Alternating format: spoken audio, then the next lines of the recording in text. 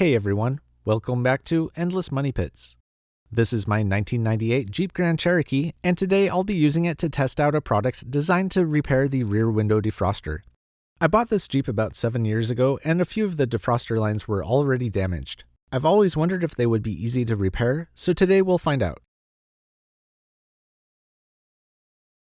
Counting from top to bottom, we can see that lines number 5, 9, and 10 are not working.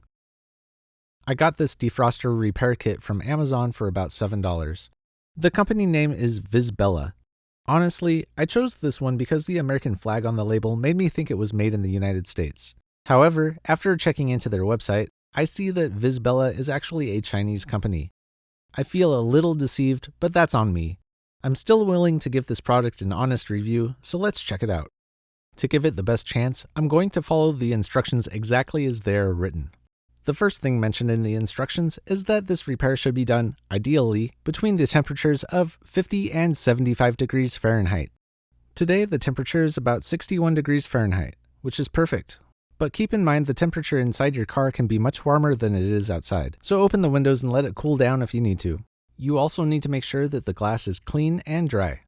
The first thing we need to do is look over the defroster lines in question very carefully and note the location of any breaks in the lines. I found one break in each line that isn't working, so I ripped off small pieces of blue painter's tape to point them out. Here's what one of the problem areas looks like up close.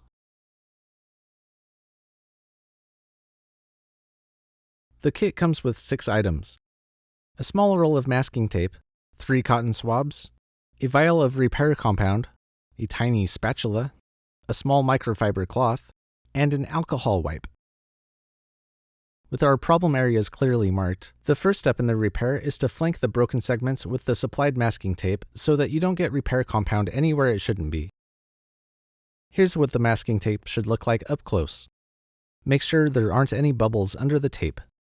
I folded some of the corners to make it easier to remove the tape later. Next, we'll use a cotton swab to mix the repair compound and carefully apply it to the broken segments of the defroster lines.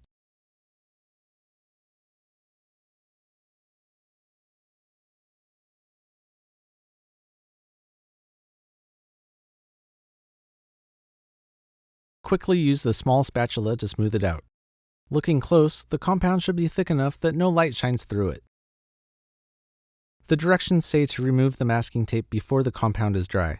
This will keep the compound from peeling off with the tape.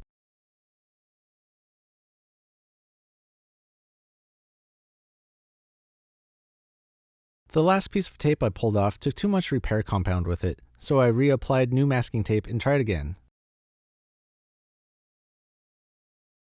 Here's what the repair looks like up close.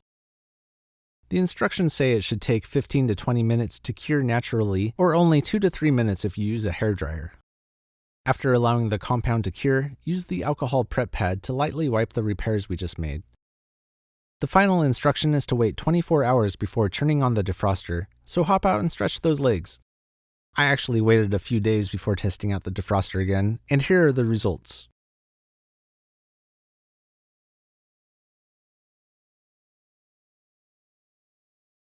You're probably just as surprised as I am to find out that none of my repairs worked.